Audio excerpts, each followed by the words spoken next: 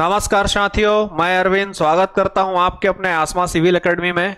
साथियों, हमने last class में देखा था कि कैसे भारत में जो है सामाजिक धार्मिक सुधार किए गए और इन्हीं सामाजिक धार्मिक सुधार के बाद भारत में जो है राष्ट्रवाद की भावना क्या हुई, जागृत हुई। हमने पढ़ा था कि किस तरीके से सामाजिक कुरीतियों को दूर किया गया था, जिसमें सती प्रथा, बाल विवाह, शिशु महिला हत्या और महिला की शिक्षाओं पे या छुआछूत की भावनाओं को जो समाज में व्याप्त जो कुरीतियां थी, जो बुराई थी, उसको दूर किया गया था। और उस दूर करने के पीछे उद्देश्य ये था कि जब तक समाज जो है शिक्षित नहीं होगी, साक्षर नहीं होगी, तब तक भारत में राष्ट्रवाद के प्रति प्रेम को नहीं बढ़ाया जा सकता था। राष्ट्रवाद के प्रेम का जैसे ही विकास चालू हुआ, जब लोगों को समझ में आया कि अंग्रेज जो है किसी न किसी माध्यम से भारतीयों का शोषण कर रहे हैं और इसी शोषण के विरुद्ध जो आवाज उठना चालू हुआ, वो छोटे छोटे संगठनों और छोटी छोटी पार्टियों के रूप में क्या होता चला गया, आवाज जो है उठता चला गया। आइए साथियों, आज की क्लास में हम भारत में जो कांग्रेस के पूर्व जो छोटे छोटे पार्टियां जो बनी, उन पार्टियों के बारे में अपन चर्चा करेंगे। साथियों ध्यान रखिएगा, जब भी क्वेश्चन पेपर का लेवल एक स्टेप ऊपर जाता है या थोड़ा सा टफ होता है, तो इन शुरुआती पार्टियों के गठनकर्ता या गठन का सन या गठन कहां पे हुआ था, ऐसे प्रश्न जो है परीक्षाओं में पूछे जाते हैं। आइए साथियों, स्लाइड के माध्यम से अपन जानने की कोशिश करते हैं।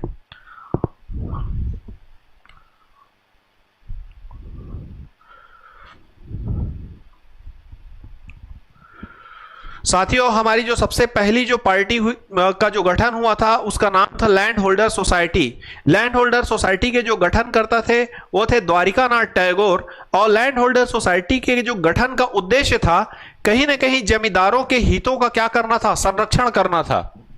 देखिएगा, लैंड होल्डर सोसाइटी, इसके स्थापना करता था थे द्वारिकानाथ टैगोर। कलकत्ता में उनके द्वारा इस पार्टी का गठन किया गया था। यह भारत का जो है पहला राजनीतिक संगठन था। इसका उद्देश्य जमींदारों के हितों का संरक्षण करना था। साथियों, अगला जो हमारा पॉइंट है, देखिएगा, बंगाल ब्रिटिश इंडिया सोसाइटी, इसकी भी स्थापना जो है द्वारिकानाथ टैगोर के द्वारा की गई थी। और यह भारत में जो है कि पहली जो है पूर्णतः सार्वजनिक राजनीतिक जो संस्था थी या दल थी बोलना चाहिए। इसके स्थापनाकर्ता भी द्वारिकानाथ टैगोर थे, ध्यान रखिएगा। इसके बाद आगे देखते हैं बंगाल ब्रिटिश इंडिया एसोसिएशन। इसके जो संस्थापक थे राधाकांत देव थे और 1851 में इनके द्वारा इसका गठन किया गया था। आगे देखिएगा, बॉम्बे एसोसिएशन, मद्रास एसोसिएशन और दक्कन एसोसिएशन, ये तीनों एसोसिएशन का जो गठन है एक साथ किया गया था। कब किया गया था? 1852 में। साथियों, दादा भाई नौरोजी ने जो है, ध्यान रखिएगा, 1866 में जो है ईस्ट इंडिया एसोसिएशन की स्थापना जो है लंदन में की थी। साथियों, दादा भाई नौरोजी से एक महत्वपूर्ण तथ्य भी आता है कि दादा भाई नौरोजी जो है ब्रिटिश संसद में चुने जाने वाले प्रथम भारतीय थे। इसको ध्यान रखिएगा, ब्रिटिश संसद में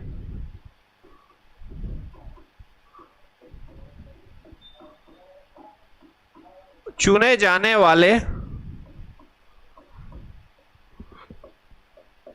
प्रथम भारतीय थे।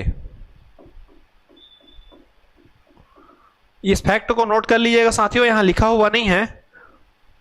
और ध्यान रखिएगा, धन निर्गमन के सिद्धांत को इन्होंने ही सबसे पहले बताया था।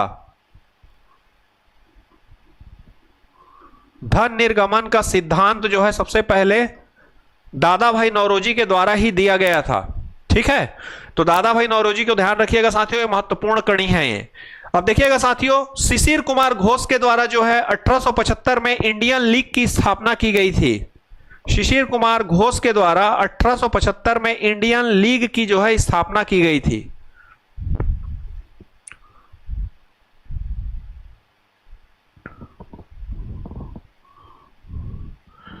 साथियों देखिएगा, सुरेंद्रनाथ बनर्जी ने 1876 में इंडियन एसोसिएशन का गठन किया था। सुरेंद्रनाथ बनर्जी, ध्यान रखिएगा साथियों, ये भी एक आईसीएस थे, अपने समय के आईसीएस इंडियन सिविल सर्वेंट थे और इन्होंने इंडियन एसोसिएशन का गठन किया था। इन्हें फादर ऑफ इंडियन नेशनलिज्म के नाम से भी जाना जाता है। किन्हें? सुरेंद्रनाथ बनर्जी को फादर ऑफ इंडियन नेशनलिज्म के नाम से भी जाना जाता है। ठीक है, देखिएगा, इंडियन एसोसिएशन देखिए इनके द्वारा एक मांग जो है उठाया गया था, मैं आपको बताना चाहूंगा इसके बारे में। जो ब्रिटिशर्स थे वे कभी नहीं चाहते थे कि जो इंडियन है वो बड़ी परीक्षाओं आईसीएस या इंडियन सिविल सर्वेंट परीक्षा को जो है पास करें। अंग्रेज जरूर ये चाहते थे कि जो इंडियंस हैं वो छोटी मोटी परीक्षाओं को पास कर लें और छोटी मोटी परीक्षाओं को पास करके हमारे अंडर में रह करके बाबू का कार्य करें, लेकिन वो ये कभी नहीं चाहते थे भारतीय जो है ऊंचे ओहदे पर आकर के जो है हमारे ऊपर या हमारे जो अंग्रेज बड़े अधिकारी हैं उनके ऊपर राज करें। इसी कड़ी में जो है सबसे पहले सुरेंद्रनाथ बनर्जी ने जो है आईसीएस की जो है उम्र सीमा जो थी उसको बढ़ाने की मांग इनके द्वारा उठाई गई थी, क्योंकि ब्रिटिशर्स जो है चाहते नहीं थे कि इंडियन आईसीएस बने, इसलिए जो है उम्र की सीमा को वो लगातार क्या करते जा रहे थे, कम करते जा रहे थे। तो इनका एक बहुत बड़ा काम था जिन्होंने प्रशासनिक सेवा के लिए आयु सीमा के मांग को जो है उठाया था। साथियों ध्यान रखिएगा, सुरेंद्रनाथ बनर्जी के द्वारा ही इंडियन नेशनल कॉन्फ्रेंस का गठन किया गया था और इंडियन नेशनल कॉन्फ्रेंस एकमात्र ऐसी पार्टी थी जिस पार्टी ने कांग्रेस के तुरंत गठन होने के बाद जो है उसमें शामिल होने से मना कर दिया था। और भारत में जितनी भी छोटी मोटी राजनीतिक पार्टियां जो थी वो कांग्रेस के गठन होने के साथ ही उसमें पूरी क्या हो गई थी, शामिल हो गई थी। यह प्रश्न पूछा जाता है साथियों। देखिएगा सुरेंद्रनाथ बनर्जी के द्वारा नेशनल कॉन्फ्रेंस का गठन जो है 1883 में किया गया था और ये जो है गठन ध्यान रखिएगा 1886 में जो है कांग्रेस में विलय हुआ था। कब हुआ था? 1886 में, मतलब सबसे बाद में कांग्रेस के साथ विलय होने वाली जो पार्टी थी कौन सी थी? नेशनल कॉन्फ्रेंस थी। देखिएगा साथियों, पुनः सार्वजनिक सभा की स्थापना महादेव गोविंद रानाडे, एमजी लिखा हुआ है, इसका पूरा नाम है महादेव गोविंद, इसको लिख लीजिएगा।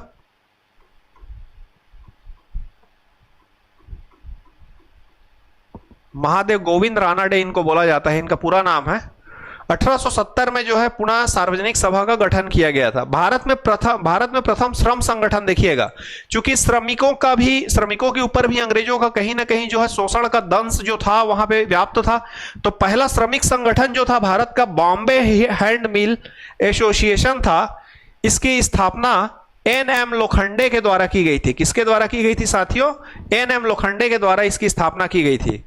भारत में प्रथम मजदूर संघ, देखिएगा मद्रास मजदूर संघ जो था भारत का प्रथम मजदूर संघ था, जिसके स्थापनाकर्ता जो थे वीपी वाडिया थे। कौन थे? वीपी वाडिया। ये सभी ध्यान रखिएगा साथियों, छोटे छोटे जो संगठन है कांग्रेस के पूर्व निर्मित संगठन है और इन संगठनों से प्रश्न जो है हमेशा से पूछे जाते रहे हैं परीक्षाओं में।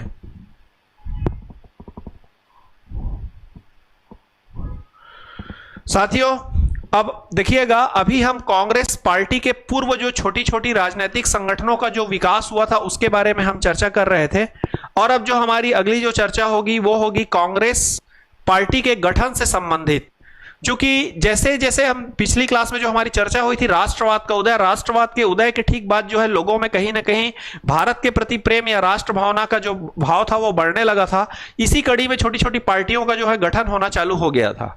अब देखिएगा, कांग्रेस जो था, भारत की जो आजादी थी, भारत की आजादी में इस पार्टी ने अपनी बहुत ही महत्वपूर्ण भूमिका निभाई थी। ठीक है, कांग्रेस का अर्थ को पहले अपन समझते हैं। कांग्रेस शब्द के अर्थ का मतलब होता है लोगों का समूह, लोगों का समूह। और आपको भारत के बाहर विश्व के कई विधायिका परिषदों में आपको कांग्रेस शब्द देखने के लिए मिल जाएगा।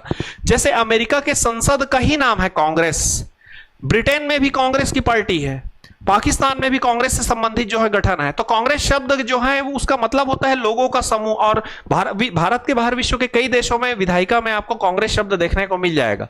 तो भारत में जो एक्चुअल में कांग्रेस का जो गठन हुआ था वो एक्चुअल में अंग्रेजों के दिमाग का ही उपज था, अंग्रेजों की ही देन थी। अब आपके दिमाग में ये आ रहा होगा कि इस पार्टी का जो गठन है मतलब अंग्रेज अपने ही विरोध में लोगों को क्यों खड़ा करेंगे, तो उसके पीछे भी कॉन्सेप्ट था। सेफ्टी वाल्व कॉन्सेप्ट जो था अंग्रेजों की देन थी। किसकी देन थी? अंग्रेजों की देन थी। वो अलग बात है कि भारतीय जो राजनेता थे उसमें लाला लाजपत राय ने अंग्रेजों की सेफ्टी वाल्व कॉन्सेप्ट को जो है सबसे पहले समझा था और अपने किताब में भी उन्होंने सेफ्टी वाल्व कॉन्सेप्ट का जिक्र किया है। तो अंग्रेजों का सेफ्टी वाल्व कॉन्सेप्ट क्या था, आइए अपन उसके बारे में थोड़ा सा विचार करते हैं।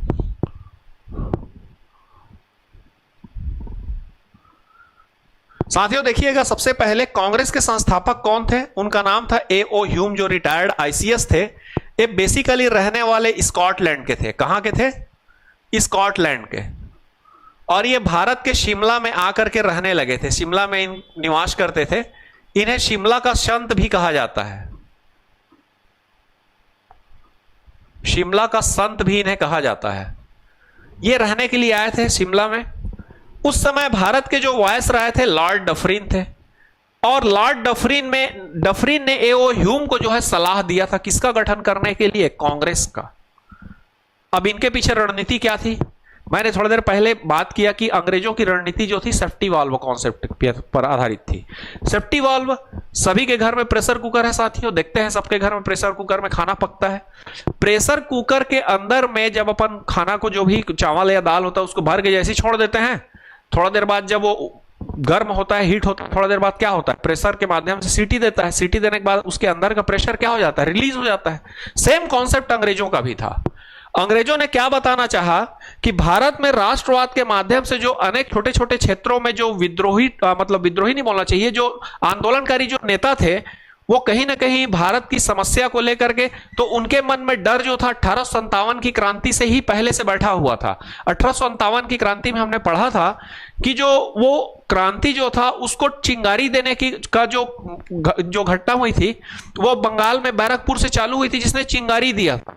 लेकिन वो घटना जो हुआ था उसका जो बोलना चाहिए कि एक तरीके से कि तो 1857 की क्रांति जो हुई थी वो घटना अचानक से होने वाली घटना नहीं थी। समाज में जो है अंग्रेजों के विरुद्ध बहुत लंबे समय से क्या था जी, आक्रोश था, और आक्रोश का गुब्बार भर चुका था, मतलब एक प्रकार से प्रेशर पूरा फुल हो चुका था और कहीं से भी वो रिलीज नहीं हो पा रहा था, जिसमें ट्रिगर पड़ गया था मंगल पांडे वाली जो घटना बैरकपुर में घटित हुई थी, और बाद में वो ब्लास्ट होकर के एक बड़ा जन आंदोलन के रूप में क्या हो गया था जी, जिसको अंग्रेजों को कंट्रोल करने में उनकी हालत खराब हो गई थी।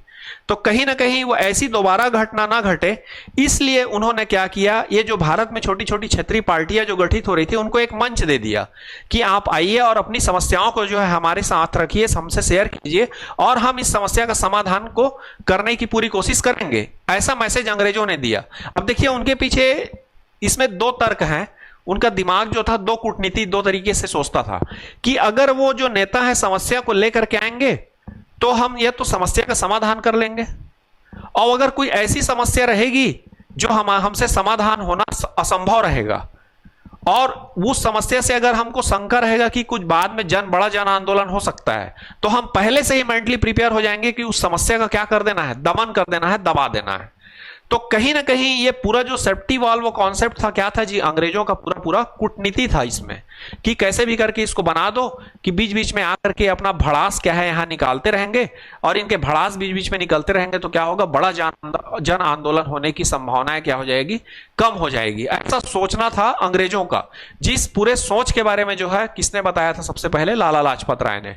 यह कांग्रेस के गठन से संबंधित प्रश्न साथियों ध्यान रखिएगा, महत्वपूर्ण है, क्योंकि कांग्रेस पार्टी का गठन तो अंग्रेजों ने कर दिया, बाद में यही कांग्रेस पार्टी जो है अंग्रेजों के गले की हड्डी बन गई, क्योंकि बाद में जो है बड़े बड़े जितने भी जो राजनेता थे, चाहे वो गर्म पंथ विचारधारा के चाहे नरम पंथ विचारधारा के, वो सभी एक मंच मिल गया, और इस मंच ने जो है आने वाले समय में भारत को आजाद कराने में अपनी बहुत ही महत्वपूर्ण भूमिका को क्या किया था जी, निभाया था। आज की कांग्रेस और उस दिन के कांग्रेस में बहुत अंतर है साथियों, ध्यान रखिएगा। इसने आजादी में, स्वतंत्रता संग्राम में देश को आजाद कराने में अपनी बहुत ही महत्वपूर्ण भूमिका को क्या किया था, निभाया था। आइए साथियों, गठन से संबंधित जो कुछ महत्वपूर्ण तथ्य हैं उसके बारे में अपन जानने की कोशिश करते हैं। देखिएगा जी, कांग्रेस का जो स्थापना है 28 दिसंबर 1885 के दिन हुआ था, और इसके संस्थापक एओ ह्यूम थे, जिसको शिमला का संत भी कहा जाता है, और फादर ऑफ कांग्रेस के नाम से भी इनको जाना जाता है। क्या जाना जाता है, फादर ऑफ कांग्रेस।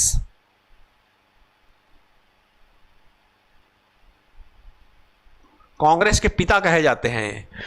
और साथियों ध्यान रखिएगा, इस कांग्रेस का जो पहला जो अधिवेशन है, पहला अधिवेशन बेसिकली पूना में आयोजित होना था। कहां पे आयोजित होना था, पूना में आयोजित होना था।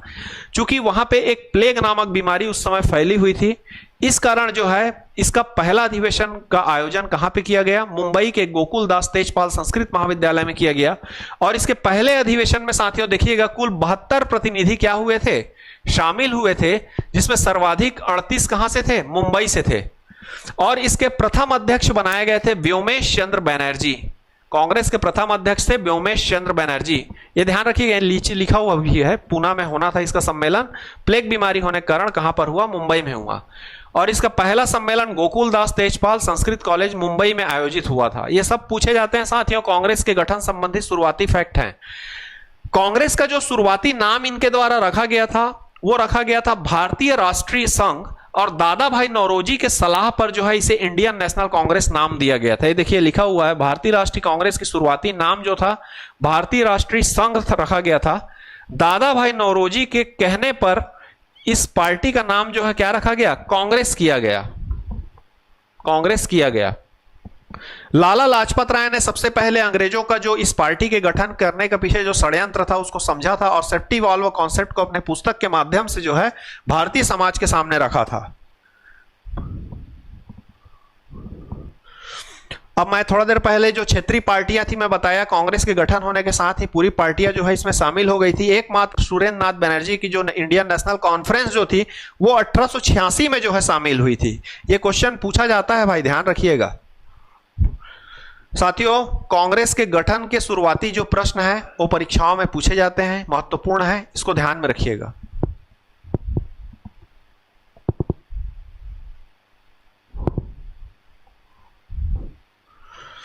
साथियों कांग्रेस में जो शुरुआती नेता जो जुड़े वो दो पंथ से जुड़े हुए थे, एक नरम पंथ था, एक गरम पंथ था।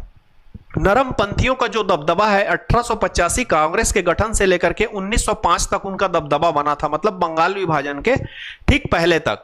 नरम पंथी में कौन कौन से नेता थे आइए देखते हैं। प्रमुख जो नेता थे दादा भाई नौरोजी, फिरोज शाह मेहता, व्योमेश चंद्र बनर्जी, सुरेंद्र नाथ बनर्जी एंड गोपाल कृष्ण गोखले जैसे जो नेता थे इसमें शामिल थे। इनकी जो नीतियां थी उनकी नीतियां थोड़ी सी हट करके थी गरम पंथियों से। इनको कहीं ना कहीं अंग्रेजी हुकूमत के कानून पर क्या था जी, भरोसा था, और इसी भरोसा के कारण जो है वो क्या कर रहे थे, देखिएगा अंग्रेजी न्याय प्रियता पर क्या था, इनका विश्वास था। याचिका, अनुनय, विनय और स्मरण के माध्यम से सरकार के समक्ष ज्ञापन रखना और ब्रिटिश जनता को अपनी ओर मोड़ना, जुलूस सभा और शिष्टमंडल के माध्यम से ये सरकार से क्या करते थे, विनती करते थे कि भारत देश को आजाद करिए, या भारत के में अगर शासन कर रहे हैं तो ये समस्याएं हैं, इसका निराकरण कीजिए। और इस विचारधारा के अगेंस्ट थी कौन, गरम पंथ विचारधारा। ध्यान रखिएगा इनको कुछ उपलब्धियां भी मिली, जैसे 1892 का एक्ट था, ब्रिटिश साम्राज्यवाद की वास्तविक प्रकृति का पहचान हुआ और भारत के जो है भावी आंदोलन का ढांचा तैयार हुआ। बाद में इनको भी समझ में आने लग गया था कि ये कहीं ना कहीं स्मरण से नहीं मानते हैं, क्योंकि गांधी जी स्वयं अहिंसा के पुजारी थे जिन्होंने किसी भी प्रकार से हिंसा का समर्थन नहीं किया। लेकिन जब 1942 में भारत छोड़ो आंदोलन जब चल रहा था तो वहां पे गांधी जी ने एक नारा दिया था, उस नारा में कहीं ना कहीं उनके देखिएगा आक्रोश जो था छुपा हुआ था। उसने कहा था करो या मरो, मतलब समझिए गांधी जी जैसे जो एक बड़े राजनेता थे उस समय, जो कभी भी हिंसा को जो है कभी भी नहीं समझते थे, उसने ये नारा दिया था कि कर जाओ या तो मर जाओ। कहीं ना कहीं उनके इस नारे में जो है एक हिंसात्मक छवि, कहीं हिंसात्मक नहीं कहना चाहिए, फिर भी एक आक्रोश, एक गुस्सा जो है उनके इस नारे में क्या हुआ था, छिपा हुआ था।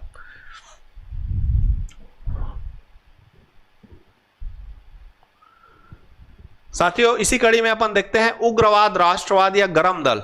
साथियों जो गरम पंथी जो नेता थे उनका विचार देखिएगा कहीं ना कहीं स्वदेशी और बहिष्कार और आत्म बलिदान पे वो ज्यादा फोकस करते थे। उनका मानना था कि कहीं ना कहीं स्वदेशी अपनाओ और विदेशी का बहिष्कार करो, और इनका यही जो कॉन्सेप्ट था वो नरम पंथियों से क्या था, अलग था। पहले इनके प्रमुख नेता देखिएगा लाल बाल पाल, अपन बचपन से पढ़ते आ रहे हैं, लाला लाजपत राय, बाल गंगाधर तिलक एवं बिपिन चंद्र पाल। साथियों ये तीनों नेता थे जो शुरुआती गरम दल के बड़े नेता माने जाते थे। इसमें एक महत्वपूर्ण क्वेश्चन जो हमेशा परीक्षाओं में पूछा जाता है, साथियों ध्यान रखिएगा, लाल बाल पाल में से कौन जो है कभी भारतीय राष्ट्रीय कांग्रेस के अध्यक्ष नहीं हुए, यह प्रश्न बहुत पूछा जाता है। बाल गंगाधर जो तिलक थे वो कांग्रेस के कभी भी अध्यक्ष नहीं बने, कांग्रेस के अध्यक्ष नहीं बने, ये ध्यान रखिएगा। और बाल गंगाधर तिलक ने जो है 1893 में जो है तिलक उत्सव, तिलक जी ने जो है गणपति उत्सव 1893 में प्रारंभ किया, और शिवाजी उत्सव जो है इन्होंने 1895 में चालू किया। महाराष्ट्र में जो गणपति उत्सव जो आज बहुत धूमधाम से मनाया जाता है, उसकी शुरुआत साथियों ध्यान रखिएगा बाल गंगाधर तिलक के द्वारा जो है आरंभ किया गया था। और इनके द्वारा जो कुछ एक दो समाचार पत्र हैं जिनके संबंध में बहुत प्रश्न पूछे जाते हैं। इनका मराठा एक समाचार पत्र था जो अंग्रेजी भाषा में लिखा गया था, और एक केसरी इनका एक समाचार पत्र था जो मराठी भाषा में लिखा गया था। साथियों हमारे छत्तीसगढ़ में भी माधवराव सप्रे को जो है पत्रकारिता का अग्रदूत कहा जाता है। माधवराव सप्रे के द्वारा जो है छत्तीसगढ़ के पेंड्रा में 1903 में छत्तीसगढ़ मित्र नामक समाचार पत्र का प्रकाशन किया गया था। माधवराव सप्रे, ध्यान रखिएगा साथियों, बाल गंगाधर तिलक से काफी प्रभावित थे। देखिएगा इनके तौर तरीके, नीतियां जो थी ये भी अहिंसात्मक ही थे, हिंसात्मक नहीं थे जी, अहिंसात्मक ही थे, नरमपंथियों की तरह। लेकिन ये आत्म बलिदान, बहिष्कार और स्वदेशी पे फोकस करते थे। और कहीं ना कहीं जब आप अंग्रेजों की चीजों को बहिष्कार करोगे तो अंग्रेजों में तो आक्रोश होगा ना जी, तो ये उनके आक्रोश को कहीं ना कहीं झेलने के लिए तैयार थे। लेकिन जो नरमपंथी थे उनके जो नीतियां थी उसमें बहिष्कार और स्वदेशी जो था शामिल नहीं था। यही अंतर था उनके और इनमें। तिलक जी ने जो है नरमपंथ विचारधारा को क्या कहा था? राजनैतिक भिक्षावृत्ति कहा था। तिलक जी ने जो है नरमपंथी विचारधारा को क्या कहा था? राजनैतिक भिक्षावृत्ति। मतलब इनका मानना था कि आप आजादी को भीख में मांग रहे हो, जबकि आजादी हमारा अधिकार है और हमको इसको छीनना होगा। यह बाल गंगाधर तिलक का मानना था। साथियों, कुछ अंग्रेज थे जिन्होंने कोटेशन दिए, उनके कोटेशन आइए देखते हैं। एल्गिन दुती जो थे उसने कहा था कि भारत को हमने तलवार के दम पर जीता है और इसे हम तलवार के दम पर ही रखेंगे। और एक था कर्जन, लॉर्ड कर्जन, उसने कहा था कांग्रेस का महल भरभरा रहा है, मेरी इच्छा है कि भारत में रहते इसकी शांतिपूर्ण किसको देखो मृत्यु में सहयोग करूं। एक आता है वेलाटाइन सिरोल। वेलाटाइन सिरोल ने जो है अपनी एक पुस्तक में जो है, जिस पुस्तक का नाम है इंडिया अनरेस्ट, उसकी पुस्तक का नाम है इंडिया अनरेस्ट, जिसमें तिलक जी को उसने अशांति का जनक बताया है। तिलक जी को क्या बताया है? अशांति का जनक बताया है। किसने? वेलाटाइन शिरोल ने।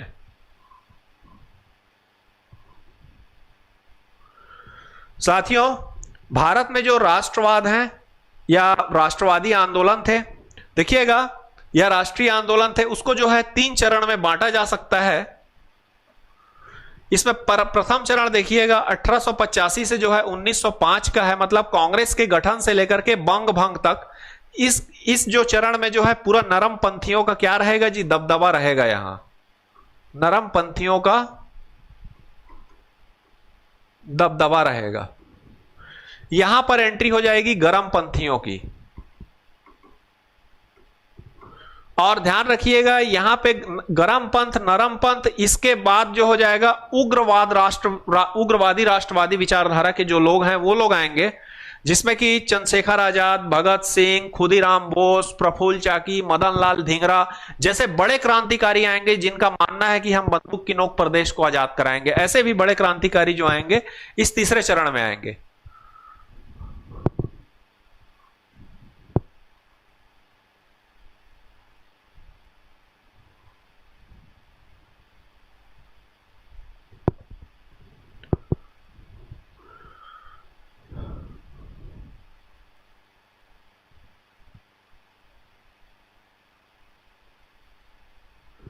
साथियों, हमारा जो अगला जो टॉपिक है वो है बंगाल विभाजन, बंग भंग। क्या है हमारा अगला टॉपिक? है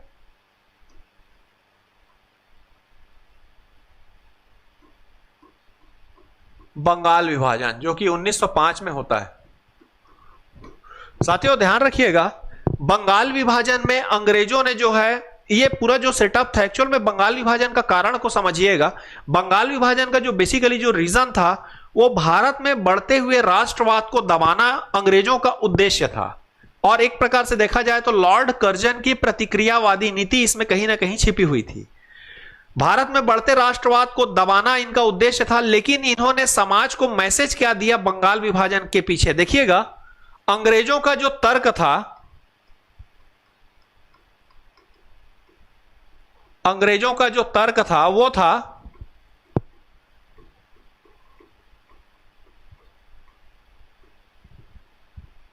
प्रशासनिक कारण। मतलब अंग्रेजों ने यह कहा कि बंगाल को जो है हम इसलिए बांटना चाहते हैं कि अगर एरिया बढ़ जाएगा तो हमको जो है प्रशासनिक सुविधा हो जाएगी, प्रशासनिक सुविधाओं को आम जनता तक आसानी से पहुंचाया जाएगा।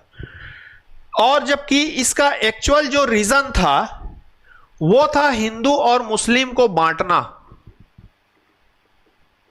हिंदू व मुस्लिम को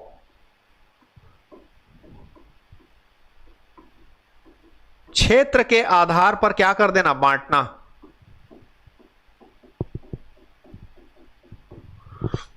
क्षेत्र के आधार पर बांटना जो है इनका मेन जो था लक्ष्य था। देखिएगा अब जो बंगाल विभाजन था वो किस तरीके से हुआ था, कौन कौन से क्षेत्र जो है बटे थे। ये है हमारा इंडिया, ये हमारा लगभग लगभग पश्चिम बंगाल का क्षेत्र है, ध्यान दीजिएगा। और ये विभाजन के पहले तो ये पूरा हमारा एक हुआ करता था, मतलब बंगाल और बांग्लादेश पूरा एक था। तो ये जो हमारे हिस्से में आया ये आया पश्चिम बंगाल। ये जो एरिया था क्या था, हिंदू बाहुल्य था। और बांग्लादेश जो था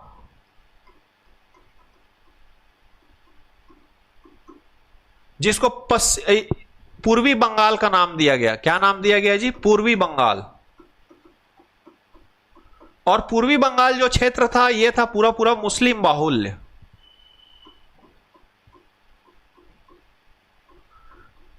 इसकी राजधानी उन्होंने बनाया था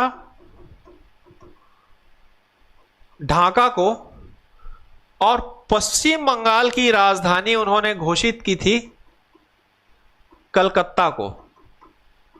तो कहीं ना कहीं इन्होंने धर्म के आधार पर क्या किया जी, बांटने की कोशिश जो है बंगाल को की थी। क्योंकि इनके लिए हिंदू और मुसलमानों को बांटना इसलिए अनिवार्य हो गया था कि जब तक हिंदू और मुसलमान को अगर हम नहीं बांट पाएंगे हम भारत में शासन नहीं कर पाएंगे।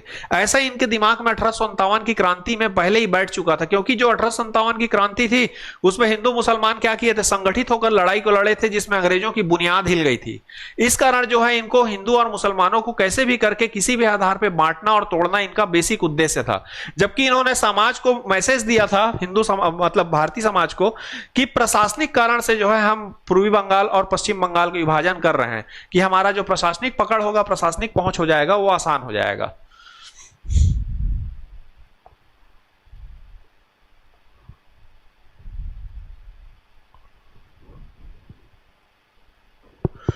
साथियों देखते हैं बंगाल विभाजन जो था 1905 में हुआ था।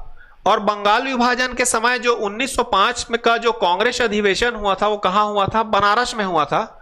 और इसके अध्यक्ष थे गोपाल कृष्ण गोखले।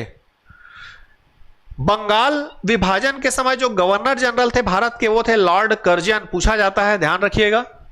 लॉर्ड कर्जन ने जो है 20 जुलाई को क्या किया था जी, बंगाल विभाजन संबंधित घोषणा को किया था। कब किया था, 20 जुलाई को, जो 16 अक्टूबर 1905 से क्या कर दिया गया था, विभाजन को लागू कर दिया गया था। दोनों डेट पूछे जाते हैं, इंपॉर्टेंट है, ध्यान रखिएगा। उद्देश्य था बंगाल में बढ़ती हुई राष्ट्रवाद की भावना को दबाना या समाप्त करना। लॉर्ड कर्जन उस काल में गवर्नर जनरल थे साथियों, उसका उम्र बहुत कम था और वो भारत में बढ़ते हुए राष्ट्रवाद का जो भाव था उसको कुचलना उसका बहुत ही बड़ा उद्देश्य था। इसके कई उदाहरण दिखते हैं। कार्लाइल सर्कुलर आया था। कार्लाइल सर्कुलर के माध्यम से जो कर्जन ने, जो विश्वविद्यालय में पढ़ रहे युवा थे, उनके विचारों में जैसे ही राष्ट्रवाद की भावना जो आती थी तो विश्वविद्यालय में कोई भी विद्यार्थी जो है भारत से संबंधित या भारत की आजादी से संबंधित कोई भी नारे या उससे संबंधित कोई भी पत्रिका वगैरह का प्रकाशन अगर कॉलेज स्तर पे चलता था, वहां के युवाओं को क्या कर दिया जाता था, जेल भेज दिया जाता था। तो कर्जन जो था भारत में राष्ट्रवाद की भावना को बढ़ने नहीं देना चाहता था। यही इसका मुख्य कारण था बंगाल विभाजन करने का। देखिएगा, जैसे ही 20 जुलाई को घोषणा हुआ, उसके बाद 7 अगस्त 1905 को जो विभाजन विरोधी जो वो था आंदोलन था, वो कलकत्ता के टाउन हॉल से प्रारंभ हो गया था। ये पूछा जाता है साथियों, बंग भंग विरोधी आंदोलन कब और कहां से चालू हुआ था। यह स्वस्फूर्त आंदोलन था। यह पहला आंदोलन था जिसमें महिलाएं जो थी स्वयं घर से बाहर निकली थी इस बंग भंग के विरोध में। और बंगाल विभाजन कर 16 अक्टूबर को शोक दिवस के रूप में मनाया गया था। किसके रूप में मनाया गया था जी, शोक दिवस के रूप में मनाया गया था। और वंदे मातरम गान भारतीय राष्ट्रीय आंदोलन का शीर्षक गीत बना। मतलब वंदे मातरम जो था भारतीय राष्ट्रीय आंदोलन का शीर्षक गीत कब बना था, यह प्रश्न भी पूछा जाता है साथियों। ध्यान रखिएगा, 1905 बंग भंग के समय यह भारतीय राष्ट्रीय आंदोलन का शीर्षक गीत बना था। और इसी दिन ध्यान रखिएगा रक्षाबंधन जो है पहली बार भारत में मनाया गया था।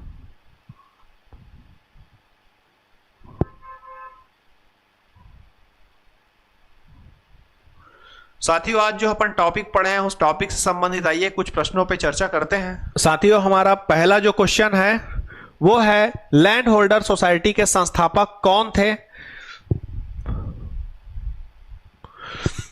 ए द्वारिकानाथ टैगोर, बी राधाकांत देव, सी सुरेंद्रनाथ बनर्जी। साथियों ध्यान रखिएगा, लैंड होल्डर सोसाइटी के संस्थापक थे Dwarikanath Tagore. Option A is correct answer.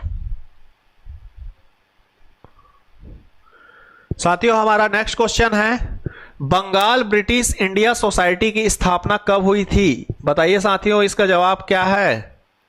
A 1841, B 1843, C 1845, D 1847।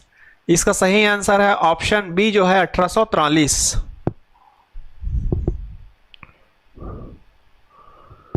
तो साथियों हमारा अगला क्वेश्चन है, ब्रिटिश संसद में चुने जाने वाले प्रथम भारतीय कौन थे?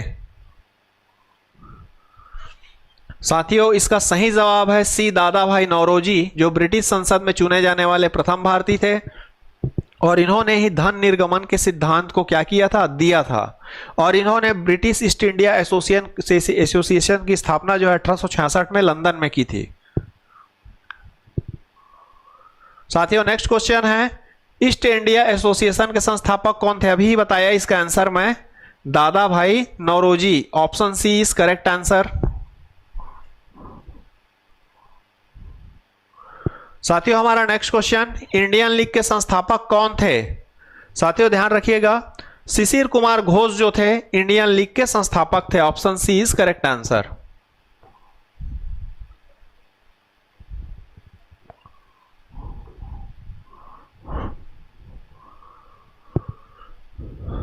साथियों हमारा नेक्स्ट क्वेश्चन है, भारतीय राष्ट्रीय कांग्रेस के संस्थापक कौन थे? दादा भाई नौरोजी, एओ ह्यूम, सुरेंद्रनाथ बनर्जी या इनमें से कोई नहीं? बताइए। इसका सही आंसर है एओ ह्यूम, जिसे कांग्रेस का पिता या शिमला का संत भी कहा जाता है। साथियों अगला क्वेश्चन, भारतीय राष्ट्रीय कांग्रेस के स्थापना के समय भारतीय राष्ट्रीय कांग्रेस का पहला अधिवेशन किस जगह होने वाला था जिसे बदलकर बंबई कर दिया था? बताइए। मद्रास, कलकत्ता, पुणे और दिल्ली। साथियों इसका सही आंसर है पुणे। पुणे में प्लेग फैला हुआ था, 1885 में प्लेग बीमारी की महामारी होने घोषित था, उस कारण जो है पुणे की जगह बंबई में जो है पहला अधिवेशन किया गया था। साथियों नेक्स्ट क्वेश्चन, तिलक जी द्वारा प्रकाशित मराठा समाचार पत्र किस भाषा में थी? बताइए इसका सही आंसर क्या है? अंग्रेजी, बंगाली, हिंदी, कन्नड़। मराठी का प्रकाशन उन्होंने अंग्रेजी भाषा में किया था और केसरी नामक जो पत्रिका थी उसका प्रकाशन उन्होंने मराठी भाषा में किया था। नेक्स्ट क्वेश्चन, नर्मपंथ विचारधारा को किसने राजनीतिक भिक्षावृत्ति कहा था? बताइए। लाला लाजपत राय, सुभाष चंद्र बोस, बिपिन चंद्र पाल एवं बाल गंगाधर तिलक। सही आंसर है इसका ऑप्शन डी, बाल गंगाधर तिलक ने जो है जो नरमपंथ विचारधारा था उसको राजनीतिक भिक्षावृत्ति के नाम से कहा था।